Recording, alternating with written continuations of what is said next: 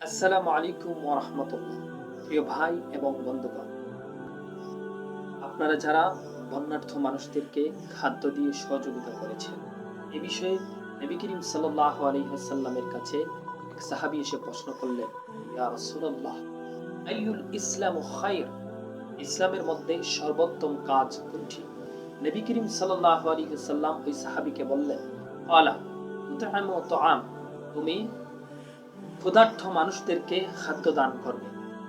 ওয়াতাকরাউস সালাম আলা মান আরাফতা ওয়া মান লাম তারিফ, এবং পরিচিত অপরিচিত প্রত্যেককে সালাম দিবে।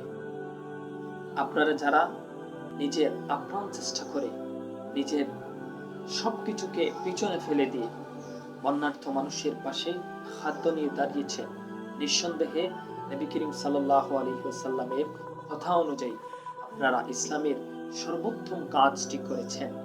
আমরা অনেকেই আপনাদের মতো বন্যার্থ মানুষের পাশে গিয়ে খাদ্য দিতে পারিনি, কিন্তু আপনাদের জন্য দোয়া করি, আল্লাহ সুবহানাহু ওয়া তাআলা আপনাদের এই কাজগুলোকে ইসলামের সর্বোত্তম কাজ হিসাবে ইখলাসের সহিত কবুল করুন এবং প্রত্যেক সময় ক্ষুধার্ত এবং অসহায় মানুষদের পাশে দাঁড়ানোর মতো তৌফিক দান করেন।